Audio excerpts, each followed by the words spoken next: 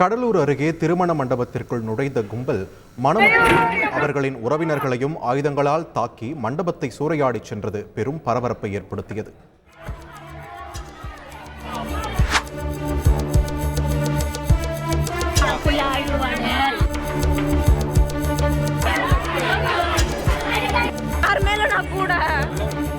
கடலூர் மாவட்டம் பில்லாளி தொட்டியைச் சேர்ந்தவர் சவுந்தர். இவருக்கும் விழுப்புரம் மாவட்டம் கோட்டக்குப்பம் பகுதியைச் சேர்ந்த பெண் ஒருவருக்கும் இரு வீட்டாரின் சம்மதத்துடன் திருமணம் நிச்சயிக்கப்பட்டுள்ளது. விடிந்தால் திருமணம் என்ற நிலையில் கடலூரை அடுத்த சாலக்கரையில் உள்ள திருமண மண்டபத்தில் இருதரப்பு உறவினர்களும் கூடி திருமண வரவேற்பு நிகழ்ச்சியை சிறப்பித்துள்ளனர்.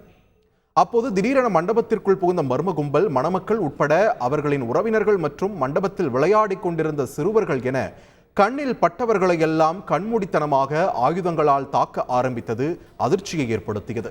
இந்த திடீர் தாக்குதலால் மணமக்கள் செய்வதறியாமல் நிலை குலைந்ததும் இளம் பிஞ்சுகள் தலையில் ரத்தம் வழிய கதறியதும் திருமண மண்டபத்தையே போர்க்களமாக்கியது.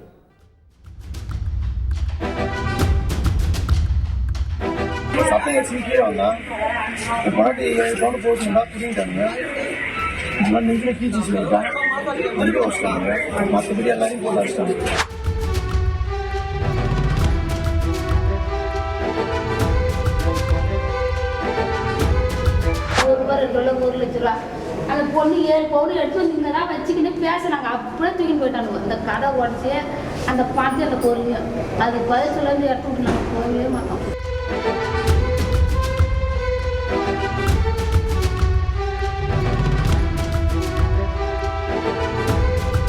என் பிள்ளைக்கு வேற ஆளே இல்லை. எனக்கு அண்ணன் எல்லாம் திருப்பி வேற ஆம்பளை பிள்ளை கூட இல்லை. எனக்கு ஒரு ஆம்பளை பிள்ளையாச்சு. என்ன பண்ணுவேன்? கடலூர் சாலக்கரையில் நடந்த இந்த பரபரப்பு சம்பவத்தில் இரு ஊர்களுக்கு இடையேயான முன்விரோத பகையில் தாக்குதல் அரங்கேற்றப்பட்டது தெரிய வந்துள்ளது.